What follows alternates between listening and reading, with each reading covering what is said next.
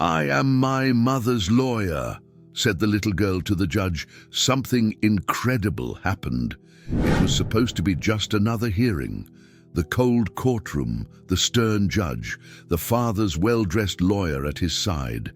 Everything seemed under control. Alejandro, the father, expected to leave with custody of his daughter. He already had his speech prepared. He was going to say that the mother was unstable, that the home wasn't suitable, that he deserved a chance to rebuild his bond with his daughter. But what he didn't tell anyone was the real reason. 2 million reais. The inheritance Valentina would receive when she turned 18.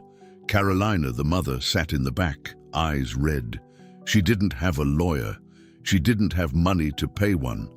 All she had was her daughter and faith in the life they had shared together. That's when the door opened. A little girl walked in alone, 7 years old, a pink backpack on her shoulders, her hair tied back in a tight ponytail, in her hands a plastic folder decorated with a unicorn. She walked to the center of the room and, with a clear and steady voice, declared, "I am my mother's lawyer."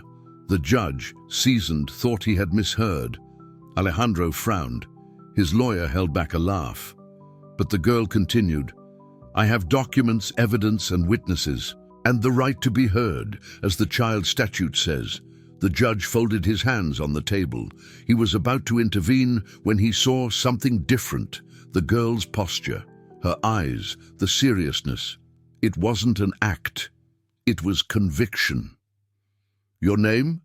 "Valentina Diaz Ferreira." "Do you know what you're doing?" She nodded. "I know what's at stake. It's my life." Silence filled the room. The judge, surprised, asked the mother to confirm. Carolina, unable to speak, just nodded. At the judge's request, the court officer approached to examine the contents of the folder, and then it began. Valentina pulled out the first documents. She handed them neatly to the court clerk. "These are my report cards, all my grades. Here's also a statement from the school saying my mum always attended meetings, followed my performance, and never missed a commitment." The judge read the documents. They were real, authenticated, official. Valentina kept going. "These photos show where we live. A bedroom with a bed, toys neatly arranged, a closet with folded clothes, a fridge with food, a clean kitchen, a bathroom with hot water." The judge looked at the images. The house was simple, but everything was in order, much better than expected from someone accused of neglect. "Here are my medical exams, records, vaccination certificates. My mum took me to every single one. Since I was a baby, my dad never went. Not once." Alejandro's lawyer asked to speak, tried to interrupt, claimed manipulation. "Your Honor, this is clearly rehearsed. The mother is putting words in this child's mouth. This disrespects the process." But the judge didn't respond. His eyes stayed on the girl. "Continue." Valentina pulled another set of papers. "Here are screenshots of my mum's conversations with my dad. More than 30 messages asking him to be part of my life. Most with no reply, others with excuses. He never showed up." The mood in the room began to shift. The father's lawyer tried to keep his composure.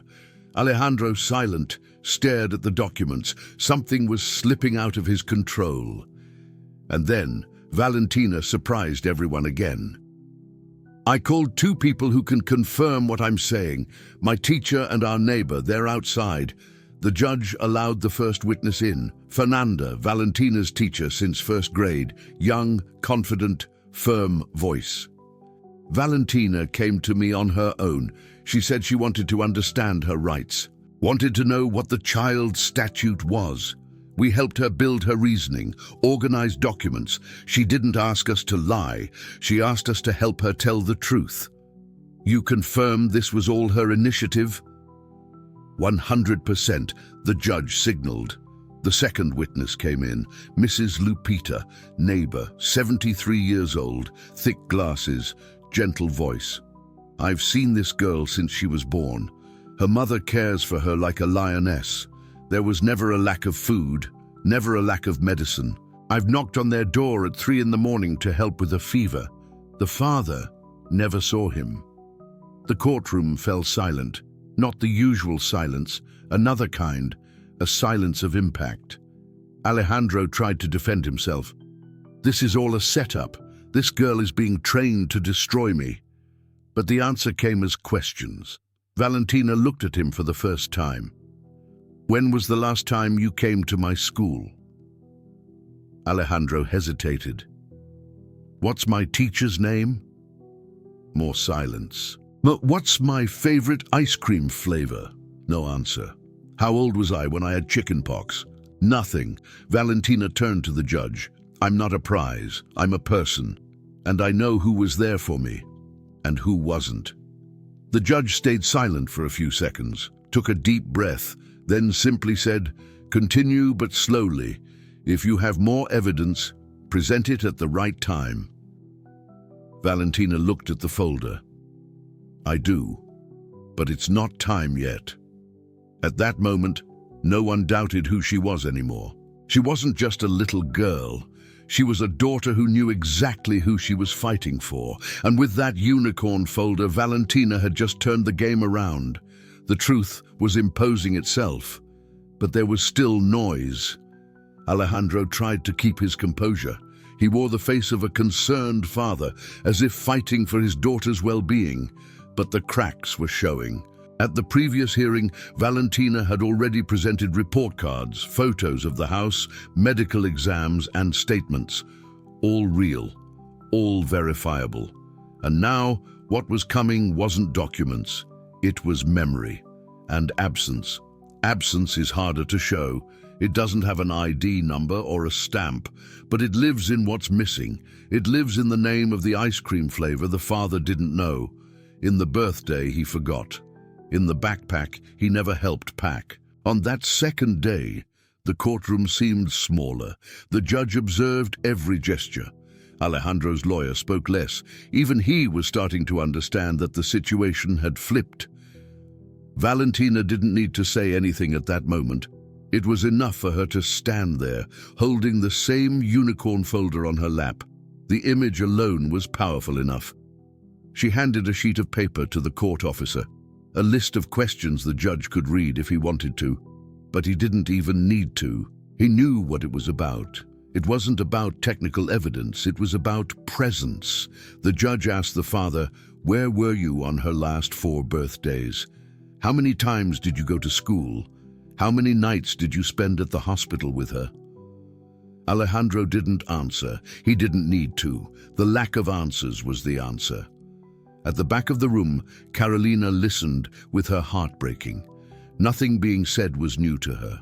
It was what she had lived, what she had endured, what she had tried to hide from her daughter for years. But now, exposed before the judge, the pain finally had a name: absence. And then came the records of unpaid child support, bank statements of ignored months, messages from the mother asking for help with school supplies, doctor's visits, uniforms, and on the other side, emptiness. At that point, teacher Fernanda submitted another statement. Valentina wasn't acting out of anger or vanity. She was doing what no one had ever done for her, placing herself at the center of her own story. Fernanda explained to the judge how the girl had asked for help to understand her rights, how she studied the child statute, how she built her defense structure on her own. It wasn't an act, it was awareness. The teacher stepped out, and the judge flipped slowly through the documents, as if he needed time to process the reversal before him. A child exposing the adult.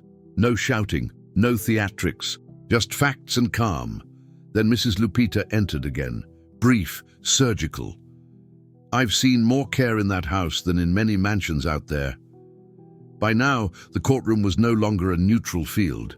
The truth had taken over the space. With every page of Valentina's folder, Alejandro shrank. He shifted in his chair, tried to look indignant, but what once was arrogance now looked like desperation. Because everything he claimed to defend, his daughter's well-being, her future, his affection, was being disproven in silence by the one who had actually lived the story. Valentina stood firm. She didn't need to attack. She didn't need to accuse. She just needed to show.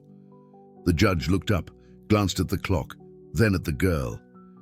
"Is there more?" She answered with her body, a slight nod. Yes, there was, but not now. He understood.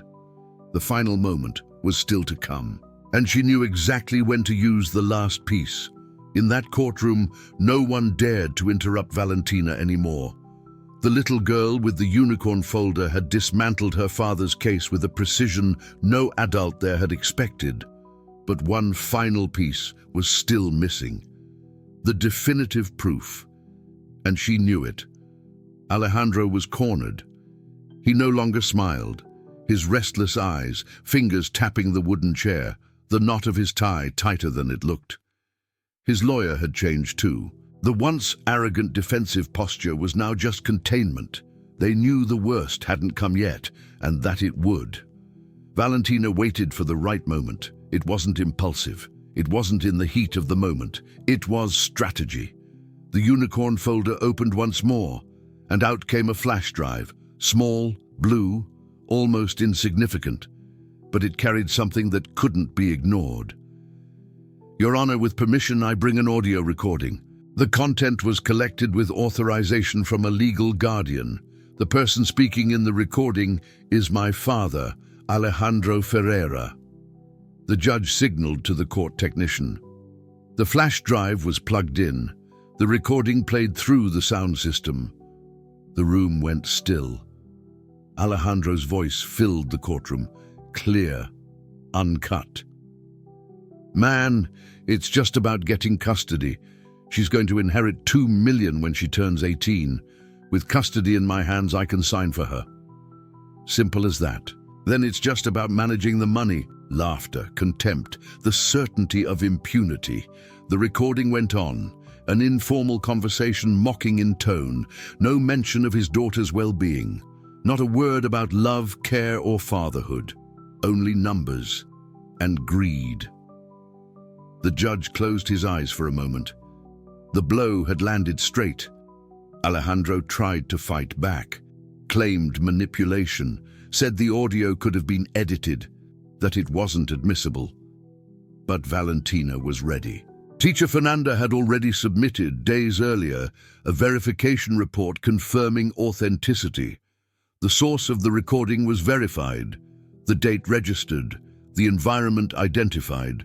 The judge had no doubts. The recording was real. The father's lawyer lowered his eyes. The table in front of them no longer offered shelter.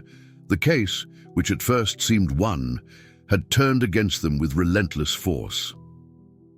Valentina then handed over one more document, a sheet signed by her mother, validated by legal counsel. It was written there, in firm handwriting without hesitation, full renunciation of the 2 million reais inheritance. It would not be used as bait, nor as currency. The judge read carefully, then looked at Valentina. "Why are you renouncing it?" The answer came steady without trembling. "Because I'm more important than any money, and if he only wants me for that, then he can go without the 2 million. That statement, spoken by a 7-year-old child, silenced everything. It was the final rejection of the father's plan, the last door closing. Alejandro had no more speech, no more motive, no more argument. He tried to say something, stammered, but the judge raised his hand. There was nothing left to defend, no one left to defend it. Valentina, still standing, lowered her head for a moment. Not in shame, but in relief. Everything she needed to show was there. Everything she needed to say had been said. She didn't beg for justice. She built it, with evidence, with strategy, with truth. The judge called a short recess, 15 minutes. When he returned, his expression had changed. More than professional. It was personal, human. This court will deliver a ruling today. The room froze. The sound of heavy breathing echoed in the back. Alejandro sunk in his chair. Carolina held back tears. Valentina's hands were firm on the folder, as if it held her entire past and her entire future. The decision was near, and now it was no longer just a custody dispute. It was a lesson, one that would be remembered by far more people than those inside that courtroom. The judge returned with eyes deeper than before. In his hands was what everyone was waiting for, the ruling. But before reading any papers, he looked directly at Valentina, then at Carolina, and finally at Alejandro, or what was left of him.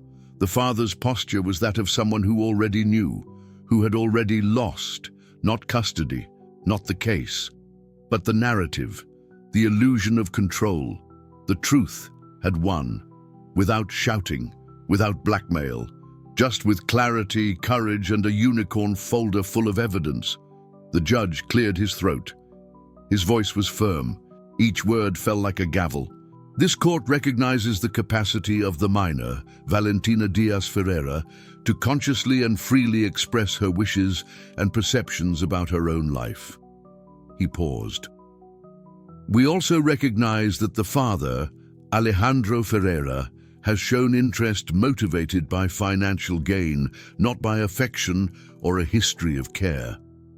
Another pause. In light of the facts presented, the documentary evidence, the witnesses, and the authenticated recording, this court's decision is clear. The words fell with the weight of a closing door. Sole custody to Carolina Diaz. Visitation rights to the father denied. Reason, emotional risk, proven absence, and attempted exploitation of the child for financial interest.